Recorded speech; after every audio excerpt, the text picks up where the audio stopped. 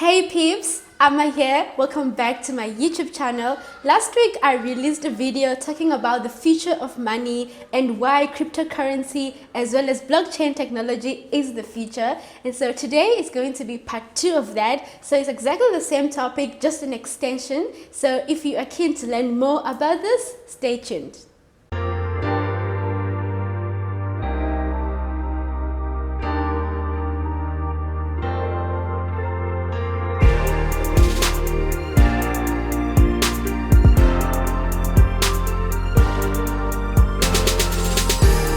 Joining me for today's conversation is our guest from last week, Zukisani Ndinisa, who is a professional accountant as well as a cryptocurrency enthusiast. Thank you so much once again for joining me, Zukisani. It's lovely to have you back again in studio to talk more about cryptocurrency, digital currency. Very, very interesting topic. And yeah, thank you so much once again for joining me. Thank you very much, Amma. You always have a great way of introducing me to your show. Yes. Thank you very much. Thanks for having me. It's a pleasure. So last week we spoke about the advantages of cryptocurrency. So now I would like to know, how important is cryptocurrency in facilitating globalization? Well, first of all, cryptocurrencies are also known as, global currency. Are very important in the regard where the cryptocurrencies themselves are cheap and very fast. So on the current monetary system, it is very costly, high transaction fees when you send money to other countries. Say you are sending money to Europe. So the transactions are very high. But now with cryptocurrencies, now that I'm sitting here, if I transfer money to UK, in a blink of an eye, it is already there in UK. And I don't pay much. And you don't pay much. So hence it is being recognized as a global currency. Yes, and the fact that it is not backed by a certain government also gives that power, because if it was backed by a South African government, there are countries that were gonna be reluctant to use it because the issue of control. They'll be like, we are supporting that country and stuff. So now this one is decentralized in nature, and the other thing will be another advantage to it facilitates global transactions, and so in the sense of entrepreneurship for businesses, it's quick to do transactions, and so it increases economic activities between businesses that are outside the country. Yes, that's great. That's quite nice. So it's quite easy to have the global village, because it allows a smooth transaction from country to country without a whole reluctancy from government thinking, oh, we're not going to accept this maybe because it's from South Africa or it's from a country in Africa. Exactly. Okay, that's quite nice. So if I order anything, maybe in UK using cryptocurrencies, they can actually get my order today, but with the current monetary system, they would have to wait up until the payment actually reflects on their side, maybe in 3 days or whatever. But now this is quicker. I would be quick also to get my goods and services that I've ordered from the overseas. So that's quite nice. It makes things a bit faster. Another thing would be the transparency. On the blockchain records every transaction. It limits, corruption. So it's very difficult for countries or government to be involved in corruption using blockchain, because it records every transaction. I think I saw on that state capture commission agrees when he was testifying there, and some of the money that he illegally got, he put it in cryptocurrency, of which when you put the money in cryptocurrencies, the blockchain records everything, so it's easy to pick it up. So President Ramaphosa the other day was saying in Parliament they're gonna take or be involved in blockchain technology to limit corruption within the country. I like that. Yeah, I really like that. Wow, that's really amazing. I think it's quite useful for countries where there's a high level of corruption. So now that's another advantage. In addition, I know last week you mentioned quite interesting advantages that cryptocurrency comes with. But I Yes. think the corruption one of limiting corruption is quite nice. It's very useful for countries such as South Africa, where there's just so much corruption happening. So yeah, thanks a lot for bringing that up. Okay, so I remember last week for part 1 of this topic, you mentioned how cryptocurrency is very decentralized, and obviously, like you mentioned earlier on today, how the decentralized nature of cryptocurrency, it can be advantageous as well, in terms of transactions and things like that. But then how can people practice safe transactions within this decentralized nature? I mean, already the fact that it's decentralized, then that means there is no government monitoring or whatsoever. So how can people ensure that they're transacting in a safe way within this decentralized nature of the cryptocurrency? Okay, that's a very important question and a very imperative one. So there's the issue of safety. Yeah, so people need to actually research, the cryptocurrency exchange platforms, because there's quite many of them, and you need to use a reputable one, the very legit one that has a high level of security. Such exchanges will have like two-factor authentication, where it will connect with your phone, gives you an SMS when you're about to make any transaction, ask you if the wallet address that you have put, is it very correct? So you initiate it using your phone as well. So nice. Someone that does not know your details, logins and stuff, and does not have your phone, it's impossible for them to actually initiate the transaction. Yes. And another thing is, some people, prefers after they have done the transaction to actually store their cryptocurrencies offline, which means now using their private keys, namely cold storage, whereby you move your cryptocurrencies from the exchange platform to a hard wallet, which is cold storage. That's offline. That's so offline. Is that a safer way of storing your cryptocurrencies? For storing, since in the past they have some exchanges, they have been hacked in the past, and some people lost their cryptocurrency. So that is actually one of the safest ways to store offline and then go online when you do transactions, and then put it offline as well. Nice. Yes. Wow, I'm learning here. I'm actually very happy to hear that President Cyril Ramaphosa is considering the use of cryptocurrency, taking advantage of the benefits that cryptocurrency has to offer in terms of limiting things like corruption. But now I want to find out from you, as a cryptocurrency enthusiast, how important is it that developing countries such as South Africa make use of cryptocurrency going forward? Thank you for that important question, because the history helps us to determine the future, because we have noticed that the countries or people who took advantage of the early revolutions were the wealthy people and wealthy countries.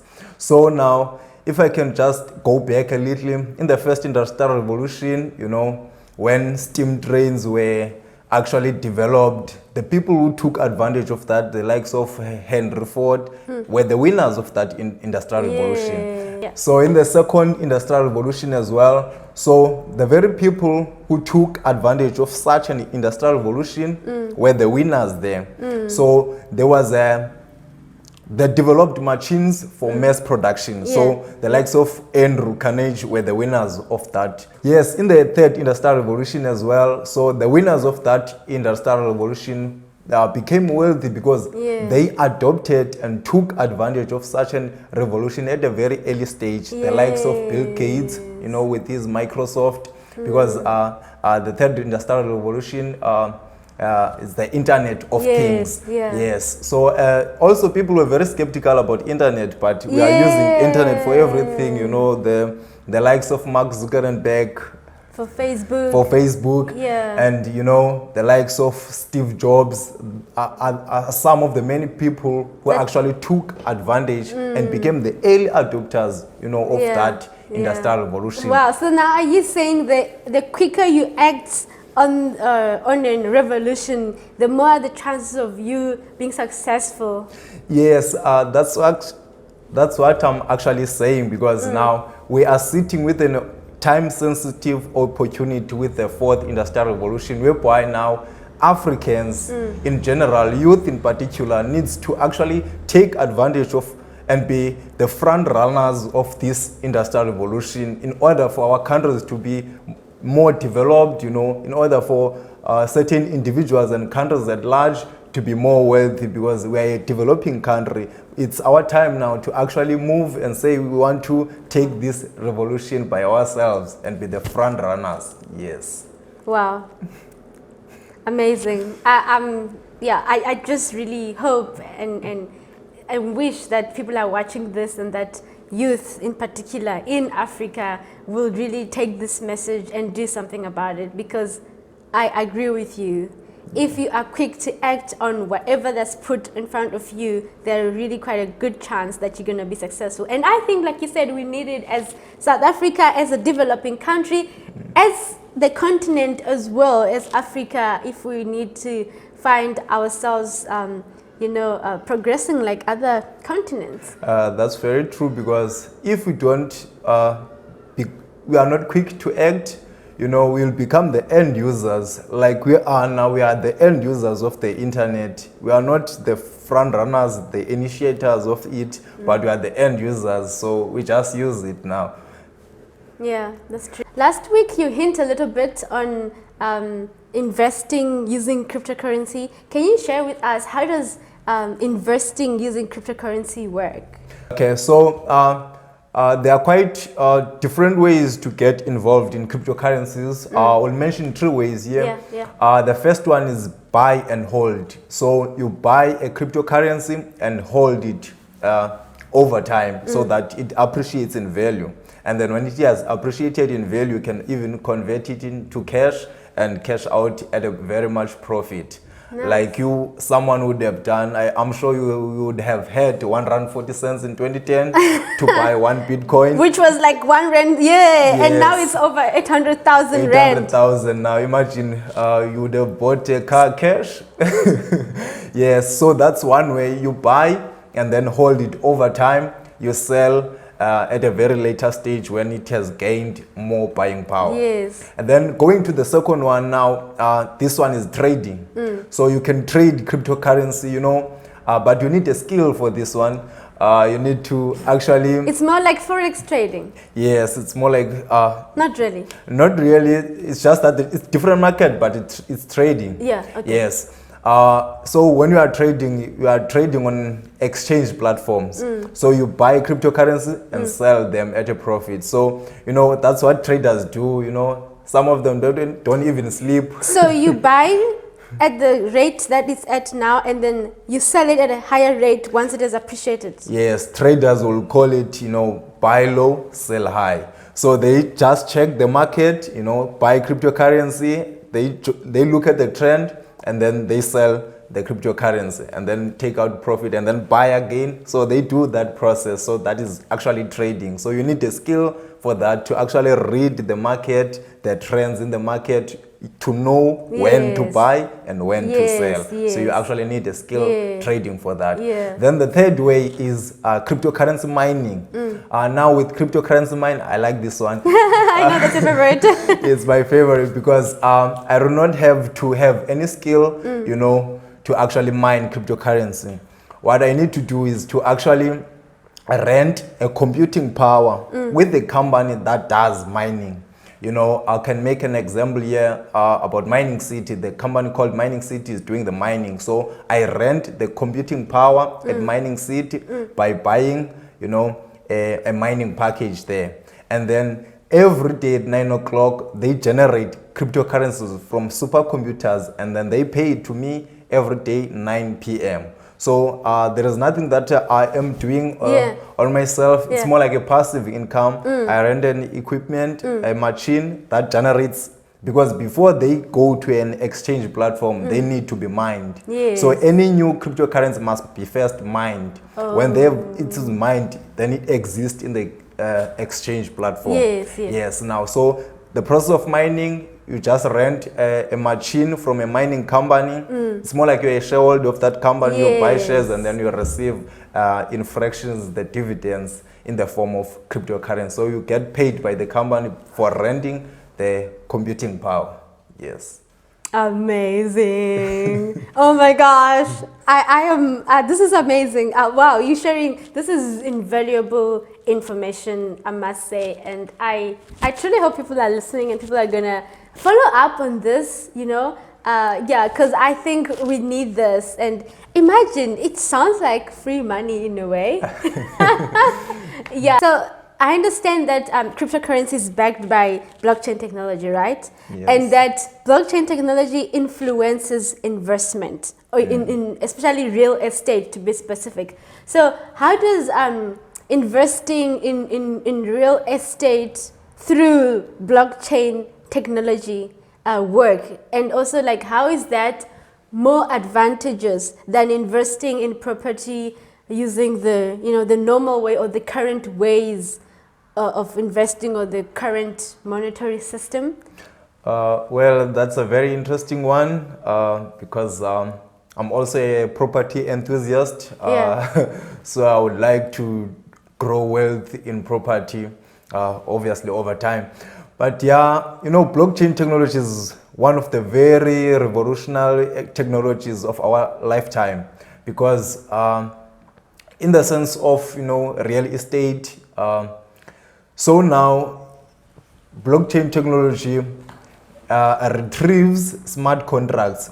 So now it eliminates, you know, intermediaries like, you know, brokers' fees, inspectors' fees, lawyers' fees. So now if you are buying a property using cryptocurrency and then you transfer your cryptocurrency on a blockchain, blockchain will generate a smart contract that actually eliminates all those your intermediaries. So then you pay less. Then you because pay now less. You need to pay, including, you know, lawyer fees and stuff like that. That's correct. So now it actually gives an benefit or an advantage also to small investors with blockchain, you know, producing smart contracts that actually eliminates, you know, intermediaries and affiliated costs such as brokers' fees, lawyers' fees, you know, and inspection fees. So now that actually gives now an advantage or a benefit to small investors who would like to invest in property, but because of the cost that accompanies, you know, such an investment, are very high. But now you can just transfer your cryptocurrency to the developers that accept cryptocurrencies, and then from that the system generates, you know, a smart contract. From there you co-own the property with them, even if it's one unit. Or there's a development that is currently happening in Pearl. It's being called Pearl Valley. I think it's the first or second or third in South Africa. It's one of the few. Yeah, it's one of the few that actually now accept cryptocurrencies, investors, and they are starting very low, you know, from $100. That's about just closer to 2,000 rands. You can actually own a portion of such a development, and on the rental income you can actually earn a percentage of that. That's so nice. It actually gives power back to the people, blockchain technology for you. Amazing. Oh my gosh. So that's why you are also a property enthusiast. I see now where you're heading. Amazing. Wow. So you also now considering investing through through that, or you probably already are? Yes, I've just started, you know, investing in properties because we are trying to make money in cryptocurrencies, but we do understand that cryptocurrencies are quite volatile because they grow in value, but they can also go down. So yes, they are volatile that way. So what makes them to grow is the demand. So when people buy into cryptocurrencies, you know, get knowledgeable to it, you know, they buy it and then the value. But when they sell now, the value drops, and then when they buy again, so it fluctuates like that. So what we currently do, people like me now, is to make money in cryptocurrencies and then take that money to invest in a more sustainable investment like real estate. and then own properties there using the money that I've generated through cryptocurrencies. Nice. Because with real estate, from my understanding, is that they always appreciate on a yearly basis. Am I right? Correct. That's correct. You know, it's more sustainable. You can earn twice with your real estate. When it's up for rental, you earn cash flow, you know, monthly, and also the capital appreciation of the property over time. So you earn quite double. Yeah. Oh, wow, Zukisani, this was amazing. This brings us to the end of the conversation. I wish we can have this conversation day and night because it's very, very relevant and we need it. You know, the people need to hear this kind of information because it's very beneficial as well. So I truly appreciate your time, you know, joining me in studio to share all about the future of money and how people should just be at it and want to create the agency in terms of making a difference and, you know, being relevant and remaining relevant with the times. So thanks a lot once again for joining me. It's been awesome talking to you. Thank you very much, Amma. What would be my last words is that, you know, people, there's a popular excuse that people use, you know, when there's a talk or conversation about cryptocurrencies, you know, that I'm not a technical person. Yeah. You know, I think you need to understand how money works. We are using money every day, so you need to understand your own money. With cryptocurrencies, it's like your bank in your own pocket. You don't need to be a technical person to drive your own car. So you don't need to be a technical person to understand how money works. Everyone needs to understand how money works. So thank you very much for actually having me today. I really enjoyed to be here. Thank you. Ah, you're amazing. Thanks a lot. Thanks a lot, Zukisani. Yeah, I'm very inspired by your motivation to make a difference, you know, in terms of bringing awareness as far as money is concerned. I think that's amazing, and South Africa and Africa needs that. So I truly appreciate your time and joining me in studio and just to share this information with people, and I truly hope a lot of people tune in just to hear this information. Yeah, because I think it's useful and we can all benefit from it. So I appreciate you and thanks for joining me. Thank you very much, Amma.